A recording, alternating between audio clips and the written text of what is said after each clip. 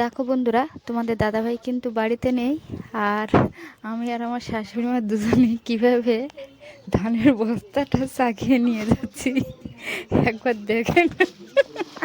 ওই hello everyone, কেমন আছে? নিশ্চয়ই ভালো আছে, আর আমরাও কিন্তু ভালো আছি। কিন্তু এই যে ধানের বস্তাটা চাগিয়ে নিয়ে যাওয়া খুবই কষ্টের ছিল। তো যাই করে ধানের বস্তাটা আমরা উনুনের ধারে নিয়ে গেছি টেনে টুনে। আর কড়াটা কিন্তু আমাদের সাইডগুলো সব ছাদাই আছে, তো সেই সব জায়গাগুলো আমি সুন্দর করে পটি লাগিয়ে দিচ্ছি। দেখো আটা মেখে। তো আগে যখন কড়াটা নতুন ছিল এই সব কাজগুলো আমাদের করতে হতো না, তো অনেক পুরনো হয়ে গেছে কড়াটা, ওই জন্য সমস্ত দিকে একটু ভেঙে চুরে ফেটে গেছে। তো সেই সব জায়গাগুলো একটু ঠিকঠাক করছি আর কি। তো ভিডিওটা দেখতে থাকো যে আমি আর আমার শাশুড়ি মা দুজনে কীভাবে আমরা ধান সিদ্ধ করে ভাবাই। মানে প্রথম দিন আজকে ভাবিয়ে জলে দিয়ে রাখতে হবে, তারপরে একদিন পুরো জলে ভিজবে, একদিন দুদিন পারো তুমি জলে ভিজিয়ে রেখে তারপরে কিন্তু ভালো করে সিদ্ধ করে শুকনো করার পরেই কিন্তু চাল হবে। তো এই দেখো ধানের বস্তা আমি খুলছি, খুলে এইদিকে কিন্তু গামলিতে করে কাটিয়ে কাটিয়ে আমি কড়াতে দিয়ে দেবো, না হলে ধানের বস্তা চাগিয়ে কে নিয়ে যাবে ওখানে। তোমাদের দাদাভাই থাকলে তো সেটা আর আমাদের অত হ্যাপা হতো না। তো দেখো মাপ দিয়ে কিন্তু জল দেওয়া হচ্ছে, মানে যতটা জল লাগবে ততটা দেওয়া হয়েছে। তো এবার আমরা ধানগুলো সব আস্তে আস্তে কড়াই ভরিয়ে দিয়েছি দেখো।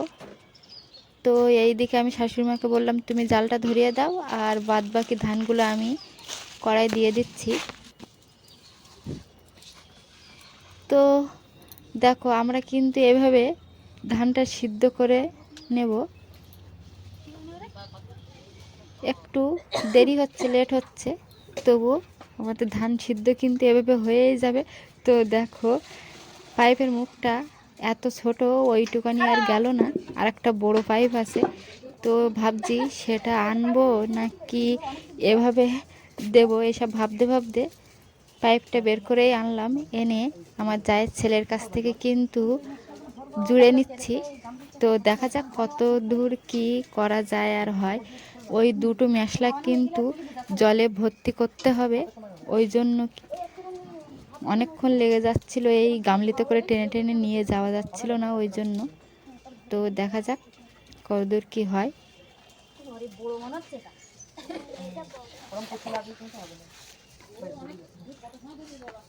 তো এর পরেও কিন্তু ভিডিও আসতে থাকবে, তোমরা ভিডিও দেখতে থাকো।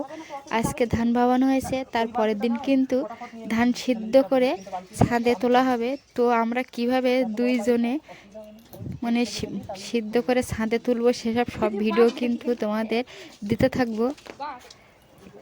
তো আমার এই ভিডিও তোমরা সাবস্ক্রাইব করে রেখে দাও, তাহলে বুঝতে পারবে যে তার পরের দিন আমি কিভাবে ভিডিও মানে ভিডিওতে দেখাবো যে কিভাবে আমরা ছাদে তুলবো আর কি।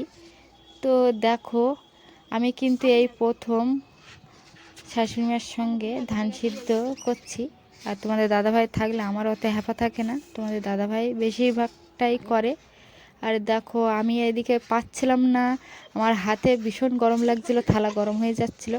তো মা কিন্তু গিয়ে আমাকে একটু হেল্প করে দিচ্ছে, আর বলছে যে এরকম ঝটপট করে মানে নিয়ে ছেড়ে দিতে হবে জলে, না হলে থালা তো গরম হয়ে যাবে। তো এইদিকে কিন্তু পুরো আমাদের ধান ভাবানো হয়ে গেছে। টাটা।